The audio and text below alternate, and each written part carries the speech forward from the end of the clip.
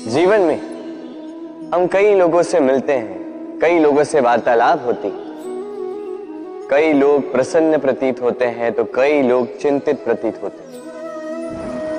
किंतु यदि आप ये समझने का प्रयास करें कि कौन अधिकतर प्रसन्न रहता है, कौन अधिकतर चिंतित रहता है, तो आप ये पाएंगे कि वृद्ध और युवक अधिकतर समय चिंता में रहते हैं। दूसरी ओर बालक सदा प्रसन्न रहता है, चिंता की एक रेखा तक नहीं। कारण क्या? अब आप कहेंगे सीधी सी बात, बालक में इतनी समझ ही कहां होती कि वो जीवन की समस्याओं को समझ पाए, कठिनाइयों को समझ पाए, दायित्व समझ पाए। बात ये है ही नहीं। वृद्ध के विषय में यदि हम बात करें तो वृद्ध अपनी बीते हुए समय के विषय में सोच सोच के दुखी हो जाता है। युवक अपने भविष्य के विषय में सोच सोच के चिंता में रहता है आज। किंतु बालक केवल वर्तमान में जीता है और इसीलिए प्रसन्न रहता है। देखिए, बात बड़ी ही सरल है। आप भूतकाल को नहीं बदल सकते। अब यदि आपको अपने भविष्य को और उज्जवल बनाना है तो आज कर्म करने होंगे, आज परिश्रम करना होगा। तो भूल जाइए ना भूतकाल और भविष्य की चिंता को, वर्तमान का आनंद लीजिए, क्योंकि यही वर्तमान आपका भविष्य उज्जवल भी बना सकता है। यही वर्तमान आने वाले समय में आपका वो भूतकाल बन सकता है जिस पर आपको गर्व होगा। राधे राधे। मेरे दाऊ मुझसे कई बार कहते हैं, कान्हा तुम तो स्वयं नारायण हो, चुटकी बजाते ही यूं ही सब कुछ ठीक क्यों नहीं कर देते? अब दाऊ को क्या समझाऊं? चलिए आप स्वयं सोच के देखिए। सिंह वन का राजा कहलाता है, परंतु क्या सिंह के केवल इच्छा करने से कोई मृग स्वयं चल के सिंह के पास आएगा? क्या स्वयं सज्ज हो जाएगा उसका आहार बनने के लिए? नहीं, कदापि नहीं। किसी भी कार्य को कार्यान्वित करने के लिए आपको प्रयास करने होंगे, परिश्रम करना होगा, तब जाके वो संपन्न होगा। केवल इच्छा से कुछ नहीं होगा। इच्छा से बनते हैं स्वप्न, और उन्हें साकार करने के लिए भी आपको परिश्रम तो करने होंगे। मान लीजिए आपने इच्छा की खाने की, और किसी दानी ने आके आपके समक्ष भोजन रख भी दिया, तब भी उसे खाने का श्रम आप ही को करना होगा। यदि प्रेम की इच्छा भी करो तो निस्वार्थ निश्चल भाव से प्रेम कर। देखिए, आप स्वप्न में तो उड़ सकते हैं, किंतु आपको जीना तो धरातल पर ही पड़ेगा। और यदि धरातल पर आप आगे बढ़ना चाहते हैं तो धरती को पैरों से पीछे ढकेलना ही पड़ेगा। राधे राधे। कस्तूरी उसे धारण करने वाले मृग की नाभि में होती, किंतु वो मृग उस कस्तूरी की सुगंध को लेकर उसे पाने के लिए यहां वहां भटकता फिरता। वो मृग उस कस्तूरी को पा अवश्य सकता है यदि वो स्वयं के भीतर झांक के देखे। अब देखिए, सुर बांसुरी के भीतर ही होते हैं, बस आवश्यकता है तो उसे खोजने के प्रयास की,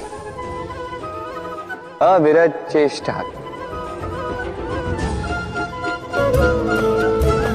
ठीक इसी प्रकार होती है हमारी शक्ति जो हमारे भीतर छिपी। सोचिए, जब परमात्मा स्वयं हमारे भीतर है तो हम उन्हें बाहर क्यों ढूंढें? हम स्वयं के भीतर तब झांकते हैं जब दूसरों से सहायता की अपेक्षा ही समाप्त हो जाती है। तो जीवन में किसी की सहायता के लिए आस लगाए मत बैठिएगा, स्वयं अपना सहायक बने।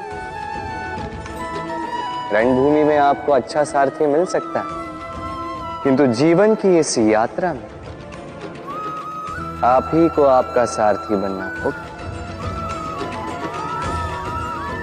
राधे राधे।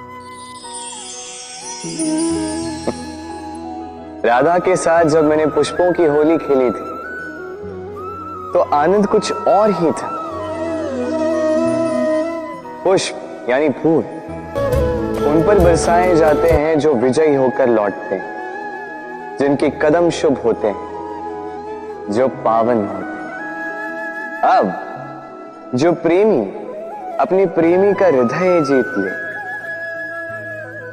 उससे बड़ा बलि को जो अपने आगमन से हमारे जीवन की धारा बदल डाले, उससे अधिक शुभ को अब जो आकर हमारी मन की पीड़ाओं को निकाल कर उसमें प्रेम के रंग भर दे, तो उससे अधिक पावन को तो हर वो व्यक्ति जो आपके लिए प्रिय है, जिनसे आप प्रेम करते हैं, फिर चाहे वो आपकी माँ, बाबा, मित्र, भाई बहन, गुरु, उन पर पुष्प वर्षा ना केवल आपको हर्षाए बल्कि उनके मन को भी उल्लासित कर दे, क्योंकि रंग के साथ जब सुगंध मिल जाए तो आनंद 2 गुना नहीं 100 गुना हो जाता है। राधे राधे। इस फल को देख रहे हैं आप? सब जानते हैं कि इस फल से निकला बीज एक नए वृक्ष को जन्म देगा, जो नया वृक्ष इसी प्रकार के फलों को जन्म देगा। परंतु क्या कभी आपने ये सोचा फल और बीज का संबंध इतना गहरा है, किंतु वृक्ष की जड़ों और वृक्ष की शाखाओं में इतनी दूरी क्यों है? क्योंकि दूरी आवश्यक है। यदि आप किसी को अपने साथ सदा सदा के लिए रखना चाहते हैं तो उनसे दूरी समय समय पर आवश्यक है, क्योंकि ये दूरी ही है जिसके कारण आपको आपके साथी के महत्व के विषय में ज्ञात होता है। ये दूरी ही है जिससे आपको और प्रेरणा मिलती है कि उनसे फिर से मिले। इसलिए स्मरण रखिए, दूरियां कदापि बुरी नहीं होती। फल से बीज की ये दूरी ही नए फलों के निर्माण का कारण बनती है। प्रेम की असली परख होती है इन दूरियों से, तो दूरियों से भी प्रेम करें और प्रेम से कहें राधे।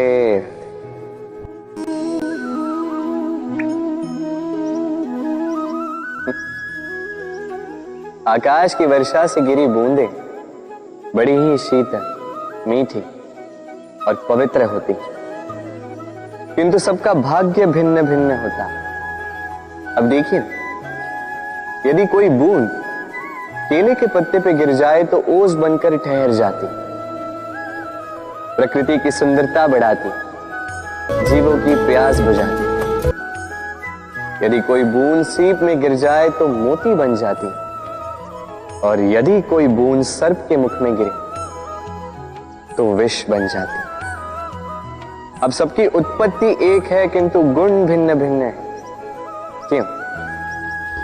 कारण क्या है इसका? कारण है संगति। संगति का प्रभाव बड़ा ही भीषण होता है। चाहे तो आपको आकाश में बिठा दे, चाहे तो आपको पाताल में धसा दे। अब वर्षा की बूंदें तो ये चयन नहीं कर पाती कि इनकी संगति क्या होगी, उनका भाग्य क्या होगा। किंतु हम तो मनुष्य, हम तो अपनी संगति चुन सकते। तो सोच विचार करके संगति चुनिएगा। ये चयन आपका होगा और इसका परिणाम भी आप ही को भुगतना होगा। राधे राधे। सर, ये शब्द सुनते ही मन में एक आकार प्रकट हो जाता, एक विष से भरे फुंकारते हुए भयानक से जीव का। यदि ये सर्प किसी के घर पे मिल जाए तो कोलाहल मच जाता, लोग सुरक्षा का प्रबंध करते हैं, भीड़ इकट्ठा हो जाती है उस सर्प के प्राण लेने के लिए। किंतु यदि वही सर्प किसी मंदिर में पाया जाए तो क्या होता? लोग उस सर्प के समक्ष अपना शीश झुकाते हैं, प्रार्थना करते हैं, हाथ जोड़ते हैं, दूध पिलाते हैं, स्वयं शिव जी का आशीर्वाद मानते हैं। अब इस विषय में आपके क्या विचार हैं? सोचिए, मनुष्य भी वही था, सर्प भी वही था, फिर परिस्थितियों में इतना अंतर क्यों? कहीं कोई सर्प के प्राण ले रहा है तो कहीं उसी सर्प की पूजा कर रहा है। अंतर का कारण है संगति और स्थान। जब वो सर्प शिव जी की संगति में था, मंदिर के पवित्र वातावरण में था, तब वो हमारे लिए देवतुल्य हो गया। अन्यथा तो वो हमारे लिए शत्रु ही था, है ना? तो अपने जीवन में संगति और स्थान का चयन सोच समझ कर कीजिएगा, क्योंकि ये संसार आपके व्यक्तित्व का ज्ञान आपके संगति से ही करता है। और हां, यहां बात धनी या निर्धन की नहीं है, यहां बात है संस्कारी और सदाचारी के साथ की। सदाचारी का साथ सदैव सम्मान का कारण बनता है। राधे राधे। संसार में ज्ञानी कौन है? वो जो वेदों का अर्थ समझता है, या वो जिसने जन्म और मृत्यु का रहस्य ज्ञात कर लिया, या वो जो 64 कलाओं में निपुण? नहीं, संसार में ज्ञानी वो जो केवल एक अंतर समझता है, अंतर मान लेने का और ठान लेने का। शब्द बड़े ही सरल हैं, किंतु यदि ध्यान से सोचोगे तो इसका अर्थ बड़ा ही महत्वपूर्ण है। आइए समझाता। यदि मान लो तो हार, किंतु यदि ठान लो तो जीत। यदि मान लो तो कोई अपना है, किंतु यदि ठान लो तो वो शत्रु। मान लो तो भगवान, यदि ठान लो तो वो केवल एक पत्थर। बस इस अंतर को समझ लीजिए, संसार की हर वस्तु आपके समक्ष होगी। राधे राधे। दृष्टि प्रकृति द्वारा दी गई मनुष्य को सबसे बड़ी भेंट। वो दृष्टि जिसके कारण मनुष्य इस संसार को देख पाता है, अपने मार्ग को देख पाता है। किंतु संसार में दृष्टि पाकर भी सभी महान नहीं बन जाते, प्रसन्न नहीं हो पाते। प्रसन्न केवल वो होते हैं जिनका दृष्टिकोण शुभ होता है।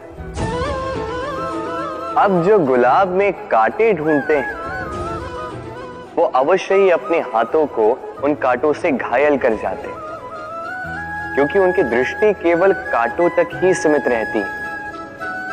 किंतु सुगंधी बनाने वाले पंखुड़ियों को तो ढूंढ ही लेते हैं।